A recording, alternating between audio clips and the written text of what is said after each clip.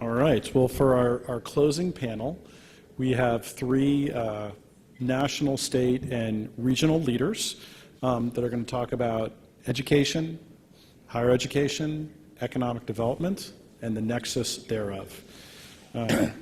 Senator Kel Seliger represents the 31st Senate District of Texas. He has held that office since 2004 and was recently named the chair of the Senate Higher Education Committee. Prior to joining the Texas Senate, Senator Seliger was mayor of Amarillo for 8 years. Mike Rawlings was elected mayor of Dallas in June of 2011, bringing 3 decades of business and civic leadership to the post. Since taking office, he has made improving education in Dallas one of the cornerstones of his administration. Last but certainly not least, Dave Spence is currently the president of SREB, the Southern Regional Education Board, a post he has held since 2005. In that capacity, he helps leaders in education and government work cooperatively to advance education and improve the social and economic life of the 15-state Southern region. Please join me in welcoming Senator Seliger, Mayor Rawlings, and David Spence.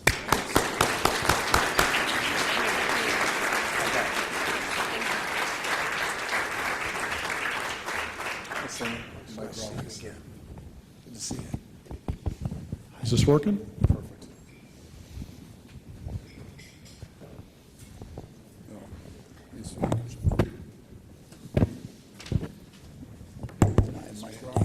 Nice to see you, Dave.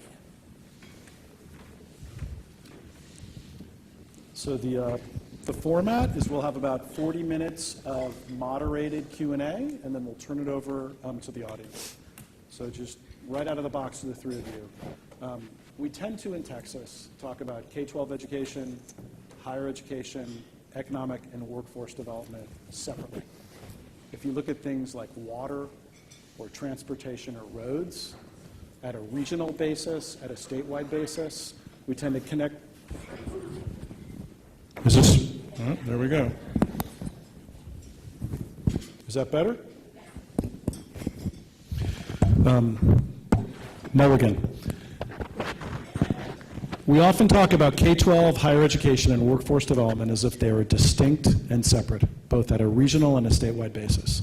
But when we work on water or transportation or infrastructure issues, we tend to look at it comprehensively across a region and across the state. How do we shift our thinking when we look at education, higher education, economic and workforce development to connect the dots regionally in a similar way, water, transportation, or another infrastructure area? Open question. You're our guest. Please start first. Well, John knows this is an opening for me to talk about. Can you hear me, Senator? Can you move it? Now can you hear me? There, thank you. She's my boss, not only yours. My organization has existed since 1948. Texas is a charter member. And since 1985-86, we've probably been the leading organization under the leadership of a guy named Gene Bottoms, who in 1986 established a program called High Schools That Work. And High Schools That Work focuses on career technical education.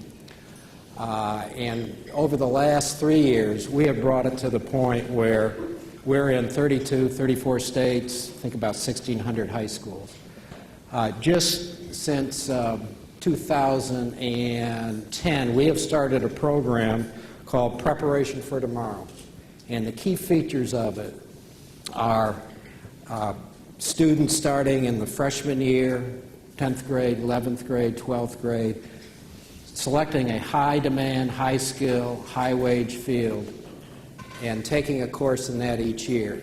The difference in terms of the SREB approach to things is that we insist that the students who are in these courses also take basically the same academic core work while they're going through.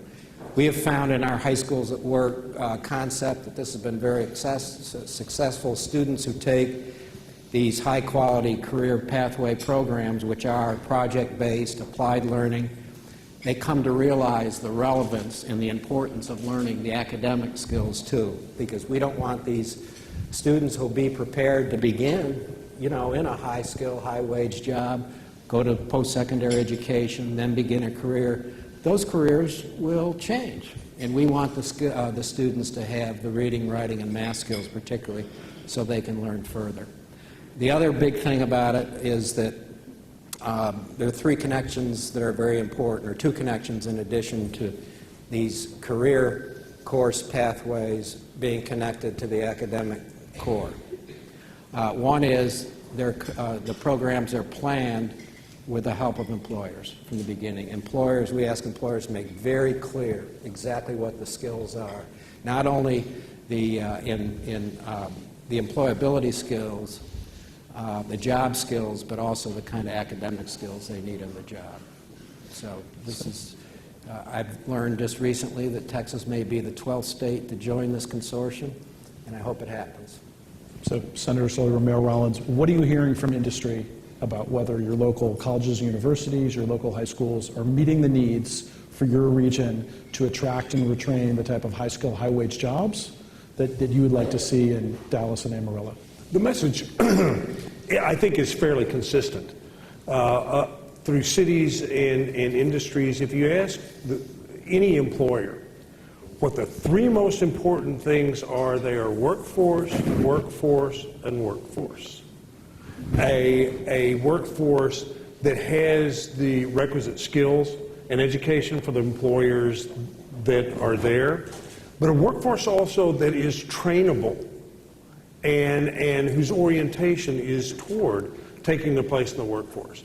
And that's why there is a substantial emphasis, it's never been lost on anyone, the connection between K through 12 and higher education.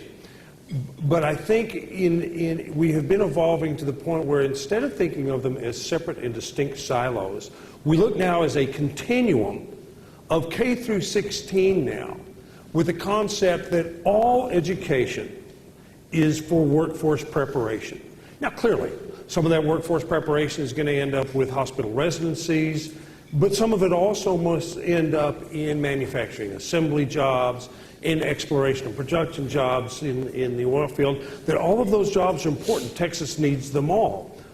We need to foster the highest possible aspirations and be able to accommodate those aspirations. But as I've said many times, and you've heard me say it, that wouldn't we all as parents be thrilled to death if our kids wanted to have the aspiration, the capability, the application to be neurosurgeons? And the next time your plumbing backs up, call a neurosurgeon. We need all those jobs. They are all important to Texas now and in the future. We just need to we need to do work to get there. Mayor Rawlings, what do you hear from employers in Dallas? Well, much the same way. I mean, first of all, thank you to Education in Texas for doing this and the role that you play in the Communities Foundation. This is so important to have intelligent policy discussions on such a critical issue. And look, this is a complicated, tough issue. There's no question about it. But I think employers have lost hope. They really don't believe that when they turn on the spigot of workforce, it's going to come out. So they wire around it. They figure out different ways to approach it. And that is, our customers aren't happy. Our customers are saying this is not working, and so how do I recruit somebody, or how do I put up my own job training or the like? I think this continuum question is critical because I believe that we've approached this in such a silo a manner that it's bad. So to me, it'd be three things. One is, are we sick enough about this that we are going to change? Are we ready to jump off this burning platform and saying this is not working? Second is we've got to get better, consistent metrics for baseline against each of the critical kindergarten, fourth grade, eighth grade, high school, college readiness. We do not, if this was a business, okay, we wouldn't know where to start because we can't measure this stuff effectively. And I know there's a whole discussion on measurement in general. But fundamentally, you've got to be able to rack and stack to know this stuff. And third is you've got to add to that continuum, and early childhood has got to be there. I mean, this is a long-term ship that we're trying to turn. And if we don't start right out of the crib, okay, we're already behind the 8 ball. So those are the 3 things that I would suggest that we do to get get those employers saying there's hope. There's something coming and the cavalry's coming. So following up on your point about metrics, there's going to be a lot of discussion at local levels, at a state level, potentially at a national level, about what are the right metrics in K-12, what are the right mix of standards and accountability and testing, what's the right mix between a focus on 4-year, a focus on CTE. At the higher education level, for I think the 3rd consecutive session, the legislature will be looking at performance funding at both 4-year regional universities and 2 years. From the 3 of your perspective, K-12, higher ed metrics, either or both, what would you like to see happen? Yeah. And what either existing recommendations are out there that you think are heading in the right direction, or what do you think we're missing? Well, to me, first of all, you guys are the pros. You've lived this for years. I'm a new mayor that's been a business person my whole life, but so often we complicate things, and it doesn't need to be that complicated. There are 2 things that are really important to me. One, what percentage of kids are ready for college? It's a very simple thing. Standardized testing will tell you that. And by the way, our colleges will tell you by how many people they bring in. And the second thing is how many local kids, when they get out of school, get a job ASAP. Because the jobs are there. This whole notion that the jobs aren't there is bunkus. The jobs are there, and if they don't get a job, we're failing. It's our accountability. We've got to put the mirror to ourselves, not to the community. And those are the 2 things that I look for in a mayor. When I get a company that says I need 200 low-level financial types, okay? And by the way, I can't find them. I go, man, are we in trouble? And so that, to me, are the 2 important. All those other things maybe build up to it, but ultimately those are the 2 most important metrics for me. I think we need to be careful to realize that the point of our educational system is not to develop a metric. The metric is simply a tool to determine certain performance measures, and we need to be careful about that. We need to make sure that we're educating people, not getting them just able to perform along the lines of a metric. You're going to see some legislation from us this time, particularly in a career and technical pathway in high schools. And quite frankly, I don't care what the metric is at the end of the day, but what we want are local employers to help develop the curriculum for these based upon the needs of local industry. The people who are going to, in very large part, hire the people that come out of our schools. And it's going to be very diverse. In a place like Midland, Odessa, it will be people who can work in exploration and production. In the Valley, we're going to see manufacturing technology is going to be the focus. To see to it that we have the background that these young people need. In a way, the metric will take care of itself when, as the mayor says, employers get the kind of people that they need. Keep in mind also there are a lot of things that go into that too, and a lot of it has to do with kind of the socialization of that workforce, because we have a lot of people who are coming out of schools can't pass drug tests when they get in the workforce. How do we address that? There's no metric.